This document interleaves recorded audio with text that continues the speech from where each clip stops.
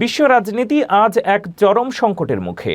গত ১ মার্চ ২০২৬ সালে মার্কিন যুক্তরাষ্ট্র ও ইসরায়েলের নজিরবিহীন যৌথ হামলায় ইরানের সর্বোচ্চ নেতা আয়াতুল্লাহ আলী খামেনির মৃত্যুর পর তেহরান এখন এক বিশাল নেতৃত্ব শূন্যতায়।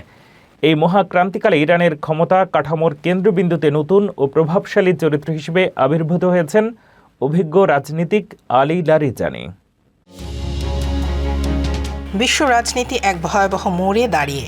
গত ১ মার্চ ২০২৬ মার্কিন যুক্তরাষ্ট্র ও ইসরায়েল এর যৌথ হামলায় নিহত হন ইরানের সর্বোচ্চ নেতা আয়াতুল্লাহ আলী খামেনি। এই ঘটনার পর ইরান গভীর নেতৃত্ব সংকটে পড়ে এবং দেশ জুড়ে চরম উত্তেজনা ছড়িয়ে পড়ে। ঠিক এই সময়েই ক্ষমতার কেন্দ্রে উঠে আসেন আলী লারিজানি, একজন অভিজ্ঞ, কৌশলী ও দীর্ঘদিনের রাজনৈতিক ব্যক্তিত্ব।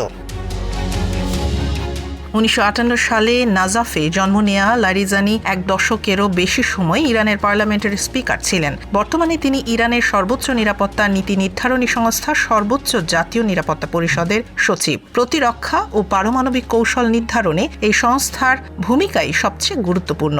২০১৫ সালের ঐতিহাসিক পারমাণবিক চুক্তি joint comprehensive plan of action এও তার গুরুত্বপূর্ণ ভূমিকা ছিল। খামেনির মৃত্যুর পর লারিজানির কড়া বার্তা বিশ্বকে নাড়িয়ে দেয়। তিনি ঘোষণা দেন ইরানের মানুষের হৃদয়ে আঘাতের জবাব দেয়া হবে। বিশ্লেষকদের মতে এটি কেবল প্রতিরক্ষা নয়, বরং বড় ধরনের পাল্টা কৌশলের ইঙ্গিত।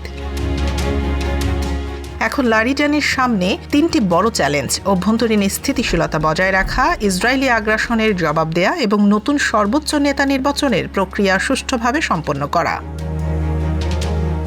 এই সংঘাত কেবল সামরিক লড়াই নয়, এটি আঞ্চলিক ক্ষমতার ভারসাম্য ও ভবিষ্যৎ রাজনীতির প্রশ্ন।